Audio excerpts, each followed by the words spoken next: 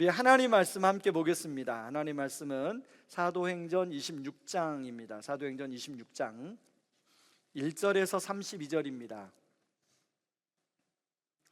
제가 먼저 읽겠습니다. 아그리빠가 바울에게 이르되 너를 위하여 말하기를 내게 허락하노라 하니 이에 바울이 손을 들어 변명하되 아그리빠 왕이여, 유대인이 고발하는 모든 일을 오늘 당신 앞에서 변명하게 된 것을 다행히 여기나이다. 특히 당신이 유대인의 모든 풍속과 문제를 아심이니이다. 그러므로 내 말을 너그러이 들으시기를 바라나이다. 내가 처음부터 내 민족과 더불어 예루살렘에서 젊었을 때 생활한 상황을 유대인이 다 아는 바라. 일찍부터 나를 알았으니 그들이 증언하려 하면 내가 우리 종교의 가장 엄한 팔을 따라 바리새인의 생활을 하였다고 할 것이라. 이제도 여기 서서 신문 받는 것은 하나님이 우리 조상에게 약속하신 것을 바라는 까닭이니 이 약속은 우리 12지파가 밤낮으로 간절히 하나님을 받들어 섬김으로 얻기를 바라는 바인데 아그리빠 왕이여, 이 소망으로 말미암아 내가 유대인들에게 고소를 당하는 것이니이다. 당신들은 하나님이 죽은 사람을 살리심을 어찌하여 못 믿을 것으로 여기나이까? 나도 나사렛 예수의 이름을 대적하여 많은 일을 행해야 될 줄 스스로 생각하고 예루살렘에서 이런 일을 행하여 대제사장들에게서 권한을 받아가지고 많은 성도를 옥에 가두며 또 죽일 때에 내가 찬성 투표를 하였고 또 모든 회당에서 여러 번 형벌하여 강제로 모독하는 말을 하게 하고 그들에게 대하여 심히 격분하여 외국 성에까지 가서 박해하였고 그 일로 대제사장들의 권한과 위임을 받고 다메섹으로 갔나이다. 왕이여, 정오가 되어 길에서 보니 하늘로부터 해보다 더 밝은 빛이 나와 내 동행들을 둘러 비추는지라. 우리가 다 땅에 엎드려지매 내가 소리를 들으니 히브리 말로 이르되 사울아 사울아 내가 어찌하여 나를 박해하느냐, 가시체를 뒷발질하기가 내게 고생이니라. 내가 대답하되 주님 누구시니까? 주께서 이르시되 나는 내가 박해하는 예수라.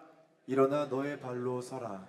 내가 내게 나타낸 것은 곧 내가 나를 본 일과 장차 내가 내게 나타낼 일에 너로 종과 증인을 삼으려 함이니 이스라엘과 이방인들에게 내가 너를 구원하여 그들에게 보내어 또 그 눈을 뜨게 하여 어둠에서 빛으로 사탄의 권세에서 하나님께로 돌아오게 하고 죄사함과 나를 믿어 거룩하게 된 무리 가운데서 기업을 얻게 하리라 하더이라. 아그리빠 왕이여, 그러므로 하늘에서 보이신 것을 내가 거스르지 아니하고 먼저 다메섹과 예루살렘에 있는 사람과 유대 온 땅과 이방인에게까지 회개하고 하나님께로 돌아와서 회개에 합당한 일을 하라 전함으로 유대인들이 성전에서 나를 잡아 죽이고자 하였으나 하나님의 도우심을 받아 내가 오늘까지 서서 높고 낮은 사람 앞에서 증언하는 것은 선지자들과 모세가 반드시 되리라고 말한 것밖에 없으니 곧 그리스도가 고난을 받으실 것과 죽은 자 가운데서 먼저 다시 살아나사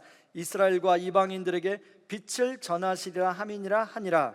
바울이 이같이 변명하매 베스도가 크게 소리내어 이르되 바울아 네가 미쳤도다. 내 많은 학문이 너를 미치게 한다 하니 바울이 이르되 베스도 각하여 내가 미친 것이 아니요 참되고 온전한 말을 하나이다. 왕께서는 이 일을 아시기로 내가 왕께 담대히 말하노니 이 일에 하나라도 아시지 못함이 없는 줄 믿나이다. 이 일은 한쪽 구석에서 행한 것이 아니니이다. 아그리빠 왕이여, 선지자를 믿으시나이까? 믿으시는 줄 아나이다.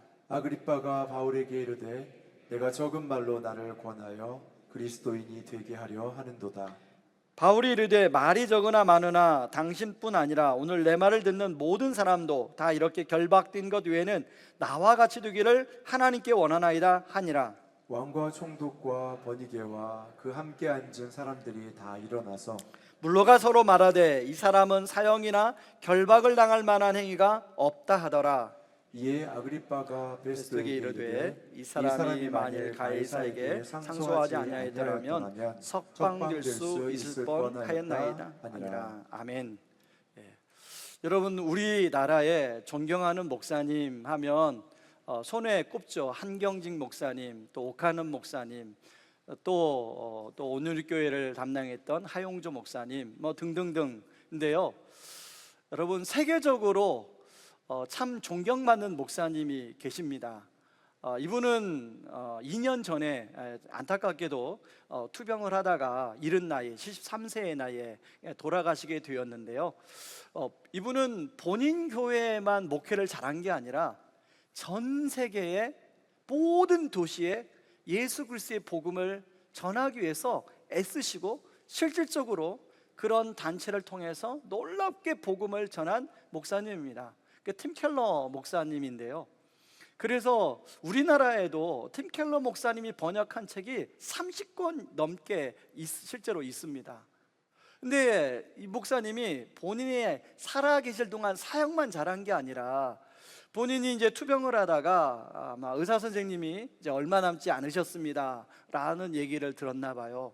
그래서 사모님하고 이런 얘기를 나눴다고 그래요. 여보, 우리가 이제 내가 이 땅을 떠나는 날이 얼마 안 남았는데 나의 장례식이 그냥 일반적인 장례식이 아니었으면 좋겠다 하고 같이 그 장례 예배에 대한 기획을 같이 했다는 겁니다.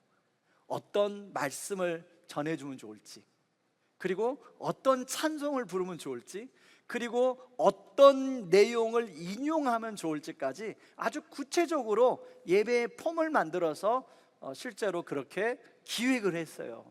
근데 그 포커스가 뭐냐면, 여러분 보통 일반적으로 장례는 고인이 주인공이잖아요. 고인을 추모하고 고인을 추억하는 것을 우리 장례 예배의 포커스인데, 행여나 자신이 드러날까봐 그렇게 했다는 것입니다. 여러분 굉장히 사역을 잘했으니까 얼마나 그 팀 켈러 목사님에 대한 추모를 했겠습니까? 그런데 그 사모님 표현에 의하면 이랬다는 것입니다. 이제 그냥 남편을 그냥 팀이라고 부르죠. 팀은 자신의 장례식에서 사람들이 자신에 대해 길게 이야기하는 걸 원치 않았습니다. 대신 그가 이제 대면하게 될 예수님, 그리고 평생 믿고 전했던 십자가와 부활의 소망에 대해서 이야기하고, 사람들이 그 장례식을 통해서 예수님을 바라보고 믿기를 원했습니다 라고 말씀하셨어요. 그래서 그의 장례 예배의 그 순서지를 보면 추모사는 없어요. 대신 부활과 소망을 노래하는, 예수 그리스도를 높이는 찬양과 말씀으로 가득 차 있습니다. 자신의 인생의 순간이 마감되는 순간마저도 그 서프라이트를 자신이 아닌 오직 예수 그리스도를 비추고 높이기를 원했던 그런 목사님이었다는 겁니다. 자신의 죽음을 마지막 전도의 현장으로 삼았다는 거예요. 저는 왜 이 말씀을 드리냐면, 오늘 우리가 읽어본 본문에 나오는 바울도 이런 면에서 유사하기 때문입니다. 바울은 지금 자기 조국 예루살렘에서 마지막 재판을 받습니다. 아그리빠 왕 앞에서 베스토의 부탁을 통해서 재판이 이루어져요. 이 재판이 어떻게 이루어지냐에 따라서 자신의 살기도 하고 죽기도 하는 재판이기도 합니다. 굉장히 중요한 재판이죠. 여러분, 일반적으로 재판은 고발하는 사람들은 그 재판을 통하여 어떻게든지 죄를 찾아내어 형벌을 내리는 게 목적이고, 그리고 또 변호하는 사람들은, 피고는 자신의 죄가 없다는 것을 증명하는 게 그 재판의 목적입니다. 그런데 오늘 본문에 바울은 자신의 무죄를 드러내는데 포커스를 맞추지 않고, 이 재판을 통해서 어떻게 하면 사람들이 자기가 믿는 예수님을 믿게 할 수 있을까에 초점을 맞추고 있다는 거예요. 그래서 오늘 본문을 보면요, 26장 전체가 어떻게 구성되어 있냐면, 내가 예수 믿기 전, 그러니까 바울이 자신이 예수 믿기 전, 그리고 어떻게 예수를 믿었나, 그리고 예수 믿고 난 후에 자기가 어떤 삶을 살아왔는가를 오히려 이야기하면서 거기 있는 사람들에게 예수님을 증거하고 있는 것입니다. 바울은 왜 이렇게 중요한 재판에서 이렇게 해야만 했을까요? 자신의 무죄에 대해서 변호만 하면 오늘 32절에 언급한 것처럼 석방이 될 수 있는데, 왜 그렇지 않고 오히려 예수 그리스도를 드러내고 있을까요? 저는 이 부분에서 좀 더 오늘 본문을 깊이 들어가 보면서 같이 여러분과 좀 살펴보려고 합니다. 첫 번째 그렇게 한 이유가 뭐냐면 진짜 빛을 만났기 때문입니다. 여러분 13절을 같이 한번 읽어볼까요? 같이 읽습니다. 왕이여 정오가 되어 길에서 보니 하늘로부터 해보다 더 밝은 빛이 나와 내 동행들을 둘러 비추는지라. 바울은 해보다 더 밝은 빛이 자기를 비췄다고 얘기해요. 아마 여기 1차적 의미는 정말로 자신을 실질적으로 비춘 빛을 표현하는 단어일 겁니다. 그러나 2차적 의미는 바로 그 진짜 빛 대신 예수님을 바울이 만났다는 의미를 전하고 있는 것이죠. 그러면서 뭐라고 하냐면 한 음성이 들려왔는데 사울아 사울아 어찌하여 나를 박해하느냐 가시체를 뒷발질하기가 내게 고생이니라. 여러분 가시체라는 단어가 나오는데 이 가시체는 이 원어의 켄트론이라는 말로 그 당시에 목자가 양이나 소나 말이나 이렇게 다른 길로 가면 끝에가 약간 뾰족한 게 달려서 이게 찌르면 다른 곳으로 가지 않도록 하는 도구였습니다. 그런데 때로는 고집센 양이나 말이나 소는 그 말을 안 듣고 뒷발로 그걸 탁 쳐버렸다는 거예요. 그러면 누가 아프죠? 자기 발이 아픈 거죠. 지금 주님이 바울을 향하여 너의 인생이 이제까지 나름대로 열심히 하나님을 위하여 열심히 산다고 하고 그렇게 많은 사람들을 예수 믿는 사람들을 잡으러 다니는데 너의 인생은 마치 고집센 짐승이 가시체를 뒷발질하는 인생이구나 라고 말씀하시는 거예요. 여러분 실제로 사도행전 8장에 바울이 다메섹에서 예수님을 만난 그 내용에는 이 내용이 안 나옵니다. 그런데 오늘 이 본문에만 나와요. 바울이 3번 사도행전에서 자신이 어떻게 예수님을 만났나 간증을 하게 되는데 여기에만 나와요. 왜 그럴까 보니까 생각해 보니까 바울은 그때도 분명히 예수님이 그 말씀하셨는데 자신의 삶을 쭉 돌이켜 보니까 예수를 믿기 전 그 참 빛이신 예수님을 만나기 전에 자신의 인생은 마치 가시체를 뒷발질하는 그런 인생이었다는 걸 깨달았다는 거예요.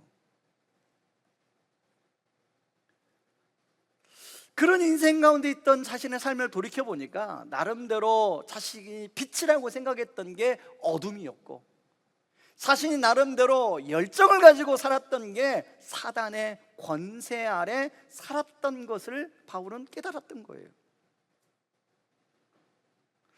이제 더 이상 사탄의 권세 아래 살아가지 않고 주님이 하나님의 영향력 아래 너처럼 그 살아가는 사람들을 그렇게 살아가도록 그런 삶을 네가 살았으면 좋겠다 주님 말씀하셨다는 거예요. 그래서 두 번째로는요 이 진짜 빛 바울이 만난 진짜 빛을 사람들한테 전하고 싶은 거예요. 그래서 바울은 1차 전도행, 2차 전도행, 3차 전도행 여러분 전도행 하면서 우리가 살펴봤지만 얼마나 고생을 많이 했습니까? 그런데도 지금 예루살렘에 온 것도 여러분 예루살렘에 올 때만 해도 제발 예루살렘에 가게 되면 어려움을 당하니까 가지 마세요 얼마나 많은 사람이 말렸나요? 근데 예루살렘에 온 이유도 바로 이 진짜 빛이신 예수님을 전하기 위해서 왔다는 거예요. 그리고 지금 이 마지막 재판 자신의 지금 생명이 어떻게 될지도 모르는 이 마지막 재판에 바로 이 진짜 빛이신 그 예수님을 드러내고 사람한테 알리는데 포커스를 두고 있더라는 것입니다. 여러분 23절 세번역 성경으로 인용해 왔는데 한번 읽어보시죠. 같이 한번 읽습니다. 그것은 곧 그리스도는 고난을 당하셔야 한다는 것과 그는 죽은 사람들 가운데서 가장 먼저 부활하신 분이 되셔서 이스라엘 백성과 이방 사람들에게 빛을 선포하시리라는 것입니다. 아멘. 여러분 오늘 본문에 보면 빛이라는 단어가 3번 반복이 돼요. 아까 해보다 더 밝은 빛, 그리고 어둠에서 빛으로 나눌 때 빛, 그리고 오늘 바로 이방 사람과 유대 사람들에게 빛을 선포하라고 자신을 부르셨다는 거예요. 바울은 이 자기가 만난 진짜 빛이신 예수님에 대한 이야기를 지금 아그리빠 왕과 베스도와 거기에 모여있는 지금 바울의 재판에 참석한 사람들에게 알려주고 싶은 거예요. 그런데 여러분, 오늘 본문에 보면 이 베스도와 아그리빠는 어떤 반응을 하고 있습니까? 자, 먼저 베스도를 한번 보시죠. 자, 24절에 베스도가 이런 말합니다. 바울이 같이 변명하며 베스도가 크게 소리내어 이르되 바울아 내가 미쳤도다, 내 학문이 너를 미쳤도다, 이렇게 말해요. 이게 왜 베스도가 이렇게 말하는지를 우리가 좀 알아야 됩니다. 여러분, 베스도는 로마의 총독입니다. 전형적인 로마 출신이에요. 전형적인 로마 출신은 어디 영을 받냐면 그리스의 합리적 사고와 그 체계 속에서 교육받아온 사람이에요. 그래서 이 베스도는 모든 것이 합리적이고 이성적이어야 믿어지고 그렇지 않으면 안 믿어지는 거예요. 여러분, 죽은 자가 살아나서 부활한 게 그게 합리적입니까? 그게 이성적이에요? 그게 논리적이에요? 안 믿어지는 것이죠. 그러니까 네 지식이 너를 미치게 만들었다 말하고 있는 것입니다. 여러분, 베스도만 그런 게 아니죠. 오늘날 우리가 살아가는 삶 속에서 사실은 합리적이고 이성적이고 논리적인 것은 굉장히 상식으로 통하는 시대에 우리가 살아가고 있습니다. 그러다 보니까 우리도 합리적이고 이성적이지 않으면 못 믿어요. 그것 때문에 예수님을 믿지 않는 분도 의외로 많습니다. 그것 때문에 하나님의 놀라운 역사에 참여 못하는 분들이 의외로 많아요. 실제로 여러분, 지금은 고인이 됐지만 이어령 박사님 지성에서 영성으로라는 책을 내셨죠. 그 책에 보면 이런 얘기를 해요. 본인은 정말로 이성적이고 그리고 합리적으로 그동안에 학문을 해왔다. 그래서 영성의 세계라는 것을 전혀 생각하지 못하고 오히려 그런 사람들 만나면 말도 안 되는 소리를 하지 말라고 오히려 논쟁하고 그들과 싸워서 내가 이겼다라고 얘기를 해요. 근데 사랑하는 딸, 그 딸 때문에 예수님을 만나게 되죠. 세례를 받게 되죠. 그때부터 자신이 이 지성의 문턱을 넘어서 영성의 세계로 들어오게 되었다라고 이야기합니다. 영성의 세계를 들어와 보니까 자기가 지성의 세계에서, 이성의 세계에서 자기가 깨닫지 못하고 경험하지 못했던 게 너무 많더라는 겁니다. 그게 고 이어령 박사님의 고백이에요. 혹시나 이 가운데도 여러분이 나름대로의 이성적이고 합리적으로 믿어지는 것만 믿고 내가 그렇게 믿어지지 않는 것은 난 못 믿어 라고 하시는 분이 계실지 모르겠어요. 저도 한동안 그렇게 생각했던 사람이기 때문에 저는 그런 분들에게 정말로 오늘 성령의 은혜가 임하여 여러분들이 그 지성의 문턱, 이성의 문턱, 합리의 문턱을 넘어 영성의 세계, 참 빛이 되시는 그 예수님의 품 안에서 주시는 기쁨과 자유함을 누릴 수 있는 축복이 있기를 주님의 이름으로 축원합니다. 그런가 하면 두 번째, 여러분, 아그리빠의 반응. 여러분, 베스도는 이성이라는 빛, 그것이 자신의 빛이라고 생각했어요. 그런가 하면 아그리빠는 바로 아그리빠가 자신에게 주어진 여러 가지 세상적인 그런 왕의 자리, 그리고 그것 때문에 주어진 권력, 그것 때문에 주신 여러 가지 혜택과 안락함, 이것이 아그리빠가 중요하게 여기는 빛이었습니다. 여러분, 오늘 본문에 보면 아그리빠는 베스보다 훨씬 바울의 말을 잘 이해했음을 알 수 있습니다. 바울이 바로 뭐냐면 유대인의 율법과 선지자에 대한 깊은 지식이 당신 왕에는 있으니까 왕이시여 이해하시지요? 그러면서 이제 바울이 이야기하고 있는 것입니다. 아그리빠가 뭐라고 말합니까? 이 짧은 시간에 네가 나를 그리스도의 사람으로 만들려고 하는구나 하고 저항해요. 여러분, 여기에는 두 가지가 있어요. 하나는 아그리빠 안에 바울의 말에 대한 냉소적인 반응이 있는가 하면 지금 아그리빠의 마음에 성령께서 마음의 문턱의 입구까지 마음을 두드리신 거예요. 바울의 말을 듣고 보니까 정말 그러네? 정말 하다가 그걸 자기가 믿고 있는 빛 때문에 놓고 싶지 않은 거죠. 열고 싶지 않은 거죠. 문턱을 넘고 싶지 않은 것이죠. 그는 참빛이신 예수님을 영접하는 문턱까지 갔지만 그 빛을 따르기 위해서는 자신이 가지고 있는 세상의 빛을 내려놔야 되기 때문에 그것을 결국은 받아들이지 못하고 있죠. 저는 운동으로 자전거를 탑니다. 그래서 이제 자전거를 타면 보통 장거리를 또 탈 때가 있어요. 그러면 해가 뉘엿뉘엿하기 위해서 이제 그걸 대비하기 위해서 이 후레쉬를 늘 갖고 다닙니다. 한 번은 장거리를 갔는데 깜깜해졌어요. 이제 후레쉬가 있으니까 내가 충전했다는 생각이 들고 이제 딱 후레쉬를 켰는데 후레쉬가 방전이 된 겁니다. 집으로 돌아와야 되는데 정말 너무 난감했어요. 깜깜하게 돌아와야만 됐어요. 여러분, 혹시 우리가 나름대로 빛이라고 생각하고 내가 충전했다고 생각하는데 여러분 인생을 살다 보니까 마치 내가 충전하고 내가 믿고 믿어왔던 그동안에 잘 사용했던 그 빛이 혹시 한계에 도달하진 그런 분은 안 계신가요? 여러분, 우리는 영원한 생명빛보다 내 눈앞에서 반짝반짝이는 그 빛들을 쫓아서 살다 보면 반드시 절망의 순간이 있습니다. 말씀의 결론을 맺겠습니다. 우리는 어떠한 빛을 쫓으며 살아오고 있는가? 여러분은 무엇으로 여러분을 증명하며 여러분의 존재됨을 거기서 찾으며 살아오고 있습니까? 베드로처럼 합리와 이성의 빛입니까?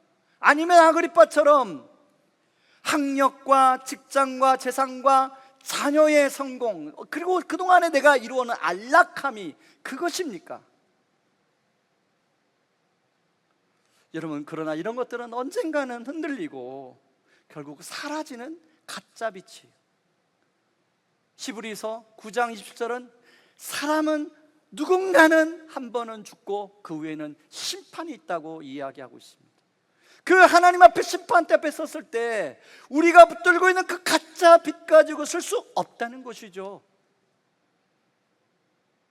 하나님을 떠나 우리 인생은 마치 바울이 고백한 것처럼 가시채를 뒷발질하는 인생을 살 수 있습니다. 하나님은, 성령님은 끊임없이 우리가 바른 길을 가기 위해서 우리에게 말씀하시는데 우리가 자꾸 뒷발질하는 거죠. 그러면 누구 발만 아파요? 바로 고집 피우는 우리 발만 아픈 거죠. 저도 저희 인생을 돌이켜보니까 그렇게 살아왔던 인생의 시간들이 있었던 것 같아요. 근데 놀라운 사실은 우리가 받아야 될 그 심판의 가시채를 우리 주님이 대신 맞으셨다는 거예요. 주님은 우리의 교만과 불순종을 대신해 주님이 가시면류관을 직접 쓰셨어요. 우리의 죄가 그분의 머리를 찌르고 우리가 흘려야 할 피를 그분이 대신 흘리셨죠. 더 나아가 빛이신 그분이 우리가 겪어야 될 어둠을 그분이 다 안으시고 어둠 속으로 들어가셨어요. 그것 때문에 우리는 빛을 진짜 만나고 경험하고 빛 가운데 살게 되었죠. 저는 여러분들이 진짜 빛이신 그 예수님을 이미 믿고 있잖아요. 그렇죠? 그 빛이신 예수님을 여러분들이 믿고 있음에도 불구하고 누리지 못한다면 무슨 소용이 있겠습니까? 내가 빛이신 예수님을 믿는데 여전히 가짜 빛을 진짜 빛이라고 생각하고 여전히 충전되지 않은 후레쉬를 들고 충전된 자신의 길을 가겠다고 그렇게 생각하는 우리 있다면 여러분, 이 시간에 진짜 빛이신 예수님을 다시금 붙들어야 돼요. 그 예수님을 누리셔야 돼요. 아그리빠는요 거의 그리스도인이 될 뻔했습니다. 그러나 거의는 구원이 아니죠. 오늘 주님은 우리 각자에게 물으십니다. 너는 어떤 빛을 쫓고 있느냐? 너는 어떤 빛을 쫓고 지금 살아가느냐? 저는 평상시에 학교에 학생들이 정말 많습니다. 그 아이들을 볼 때마다 저 아이들은 지금 어떤 빛을 쫓고 살고 있을까? 여러분, 요즘 고등학생들의 가장 진짜 중요한 문제는 뭔지 아십니까? 정체성의 문제입니다. 엉뚱한 것을 빛으로 생각하고 자신의 정체성으로 생각하고 살아가도록 만드는 게 우리 사회예요. 우리 어른들이에요. 그리고 그것이 전부인 것처럼 이야기하는 문화 속에 아이들이 살아가요. 저는 그 아이들 볼 때마다 우리가 저 아이들에게 제대로 된 빛만 알려주면, 제대로 된 정체성을 알려주면 쟤들은 공부를 훨씬 더 열심히 할 거다, 공부를 훨씬 더 잘할 거다라는 생각이 듭니다. 그거에서 기도합니다. 여러분 기도해 주시기 바랍니다. 여러분, 우리가 흔들리지 않는 반석 위에 서는 게 중요하죠. 영원한 반석, 진짜 빛을 누리고 그 빛을 사람들한테 나눠주는, 그래서 그 빛 가운데 사는 것이 무엇인지를 경험하고 살아가는 삶, 그것이 중요한 겁니다.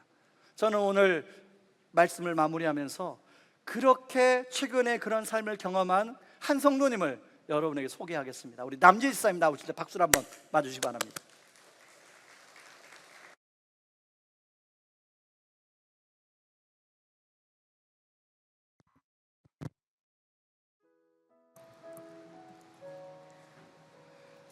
안녕하세요. 저는 초등학교 남자 4학년, 2학년 두 아들을 키우고 있는 남지혜 집사입니다.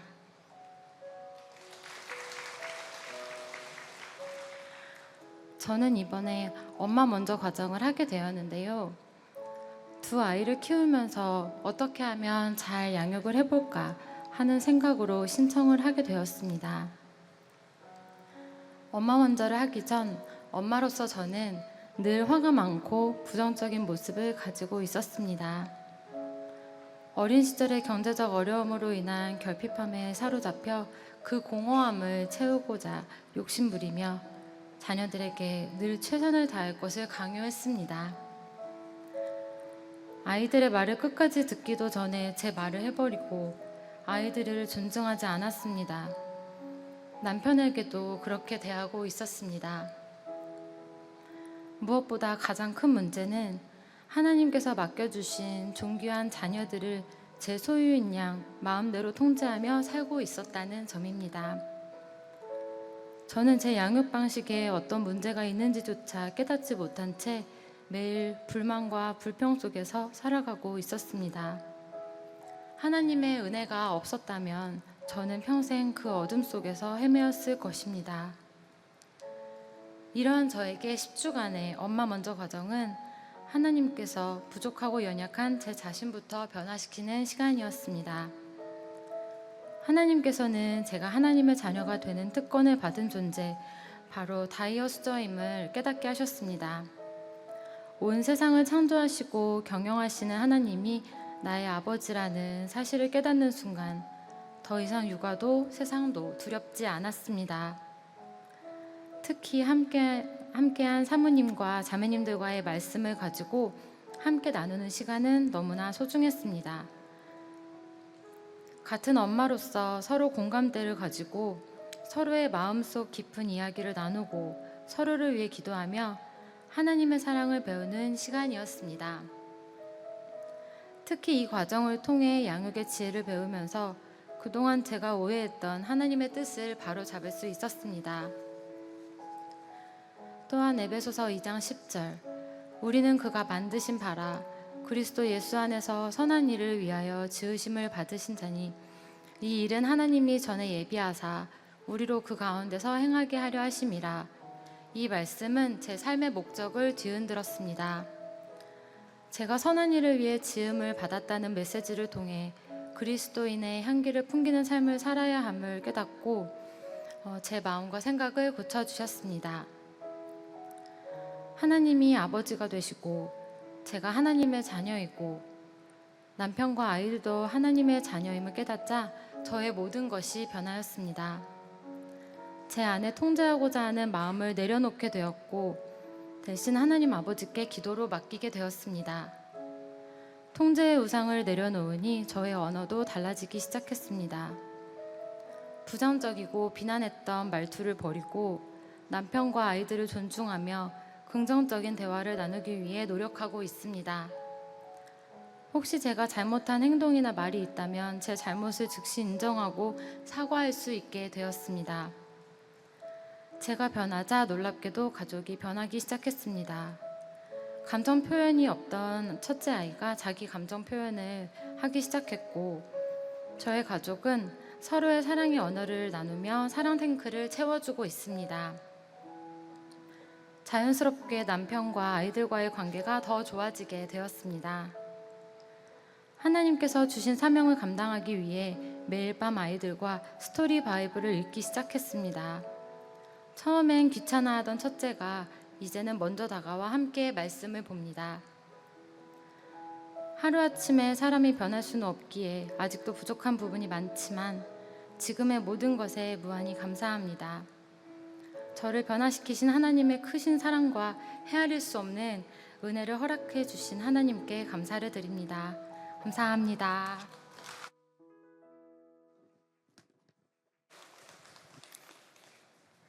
저는 우리 남지혜 집사님의 간증문을 여러 번 읽으면서 주님이 이 땅에 오신 이유가 이것 때문이구나 라는 생각이 들었습니다. 여러분, 남지혜 집사님만 이런 시행착오하며 사는 게 아니잖아요. 우리 삶에서 가장 내가 이 사람을 사랑하겠다고 선택하고 평생 사랑하겠다고 서약을 했는데, 많은 사람 서약했는데 그 한 사람 사랑하지 못하고 그 한 사람 때문에 내가 어쩌다 이런 사람을 만나서 이런 삶을 살게 됐지라고 그런 원망하는 그런 삶을 우리가 또 살았던 적도 있지 않습니까? 바로 주님이 그래서 우리에게 빛으로 오신 것입니다. 그런 어둠을 물리치기 위해서 우리 힘으로는 물리칠 수가 없어요. 그러나 그런 빛이신 주님을 우리가 정말로 온전히 누리게 되면 그 빛 대신 주님 때문에 어둠은 물러가게 돼 있습니다. 어둠은 사라지게 돼 있어요.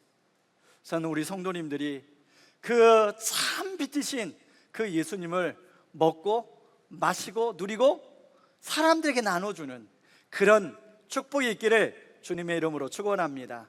이 시간에 다 같이 일어나시길 바랍니다. 다 일어나셔서 여러분, 팀켈러 목사님의 그 장례 예배 가장 마지막 찬송은요 이거더라고요. 우리가 아는 찬송, 이 몸의 소망 무언가, 이 찬송입니다. 우리 같이 한번 이 찬송 하겠습니다.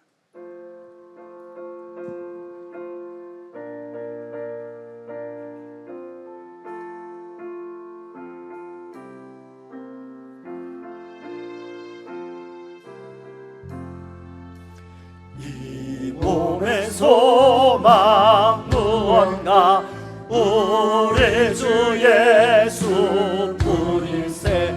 우리 주 예수밖에는 믿을 리 아주 없도다. 굳건한 반석이시니 그 위에 내가 서리라. 그 위에 내가 서리라.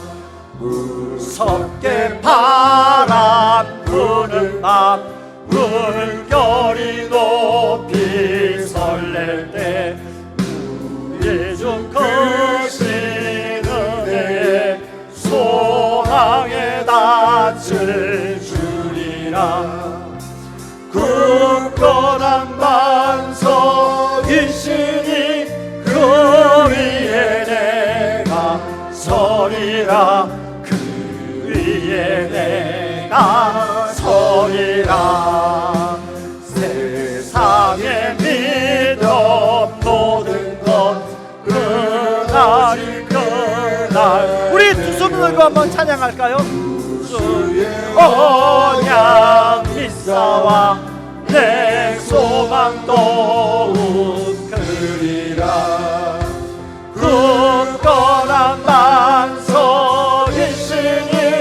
그 위에 내가 서리라. 그 위에 내가 한 번 더 굳건한 반석, 굳건한 반석이시니 그 위에 내가 서리라. 그 위에 내가 서리라. 여러분, 그렇습니다. 여러분, 어떤 반석 위에 여러분 서며 지금 살아가고 계십니까? 여러분 가슴에 두 손을 모으고 우리 시간에 한번 기도합시다. 하나님, 참 빛이신 예수님, 저에게 찾아와 믿게 해주셔서 감사합니다. 그런데 이 빛이신 예수님을 제가 누리며 살게 하여 주십시오. 그래서 지금 제 삶의 어두움이 물러가게 도와주시고, 제가 더 이상 사망의 권세 아래 사는 것이 아니라 하나님의 영향력 안에 살아가게 하여 주시옵소서. 하나님의 능력으로 살아가게 하여 주시옵소서. 아버지의 빛을 누리고 나누며 살아가게 하여 주시옵소서. 그걸 같이 한번 우리 한번 기도하며 나아갑니다. 기도하겠습니다. 고마우신 하나님 아버지, 고맙고 감사합니다. 아버지, 가시체를 뒷발질하며 살았던 저의 인생 가운데 아버지 참빛으로 찾아와 주셔서 아버지 더 이상 제가 어둠 가운데 아버지 사단의 영향력 가운데 살아가지 않도록 해주셔서 감사합니다. 아버지, 그 믿으신 예수님을 더 알아가길 원합니다. 그 믿으신 예수님을 더 확실히 믿길 원합니다. 그 믿으신 예수님을 아버지 누리기를 원합니다. 아버지, 그래서 아버지 어둠은 물러가게 도와주시옵소서. 아버지 아버지 사망의 권세가, 사단의 권세가 아버지를 주장하지 않게, 우리를 주장하지 않게 하여 주시옵소서. 아버지 그 참빛이 비추면서 아버지 우리 개인의 삶과 가족 삶과 이 나라 민족이 변하는 그런 은혜를 허락하여 주시옵소서. 이제는 많은 죄 가운데서 우리를 구원하신 우리 주 예수 그리스도의 은혜와 그 크신 하나님의 사랑하심과 성령 하나님의 위로 충만하심의 역사가 참 빛이신 그 예수님 우리 마음에 모시고 누리고 먹고 마시며 많은 사람들에게 나누어 줄 수 있는 그런 빛의 영향력 가운데 살아가기를 원하는 오늘 예배드리는 모든 성도님들 위해 이제로부터 영원토록 함께 하시기를 주님의 이름으로 축원하옵나이다. 아멘.